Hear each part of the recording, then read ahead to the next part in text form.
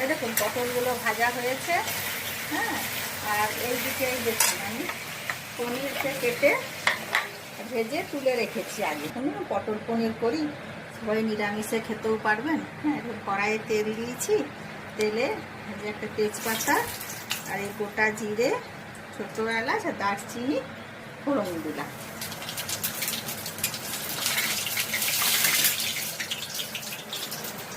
পটলগুলোকে আমি এরকম করে কেটেছি, বুঝছেন? এই দেখুন 4 ভাগ করে করে পটলগুলোকে কেটেছি। যে কড়াইয়ে হয়ে গেছে ফোড়নটা, পটলগুলোকে দিয়ে দিচ্ছি। কি মশলা দেবো, কীভাবে করবো, আপনারা আমার সঙ্গে থাকুন, দেখতে থাকবেন। পুরো ভিডিওটাকে দেখুন, তাহলে দেখবেন আমি কীভাবে করছি। আপনারাও কীভাবে করেন তাহলে আমাকেও পরে জানাবেন। এইখানে ভাজি এখন পটলগুলোকে ভালো করে ভেজে নেবো। নমস্কার বন্ধুরা। হ্যাঁ, দেখুন আজ আমি একটা সামান্য রেসিপি নিয়ে এসেছি। আপনারাও সবাই হয়তো ঘরে করে থাকেন, কীভাবে করেন সেটা জানি না। হ্যাঁ, দেখুন আমি আজকে হয়ে গেছে মশলা সম্পূর্ণ আজ নিরামিষ। আদা বাটা, জিরে, ধনে গুঁড়ো, টমেটো, কাঁচা লঙ্কা বাটা। এখন এই মশলাটা দিচ্ছি, নুন হলুদ দিয়ে পটলগুলোকে ভেজেছি।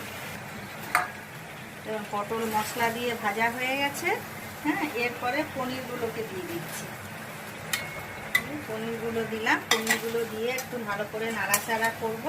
হয়ে গেছে পনির দিয়ে পটল দিয়ে ভাজা। এরপরে এই দেখুন এইটা দিচ্ছি, যে 4 মগজ, কাজু আর একটু পোস্ত বাটা, একটু মিষ্টি দিচ্ছি।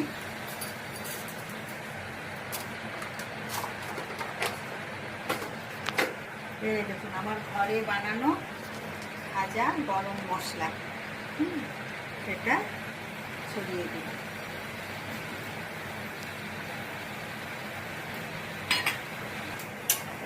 হয়ে গেছে, এবার ঢালি। এই একটু খেয়ে বলো কেমন হয়েছে। খুব ভালো হয়েছে। মুখ থেকে আওয়াজ বেরোচ্ছে না কেন? খাচ্ছি তো কি করে বেরোবে? ভালো করে বলো বন্ধুদের।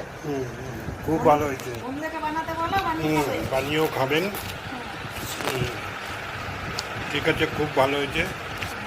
ভালো লাগলে পাশে থাকবেন, সাবস্ক্রাইব করবেন। রাখি, আপনারাও বানিয়ে খাবেন। রাখলাম, ছাড়ি।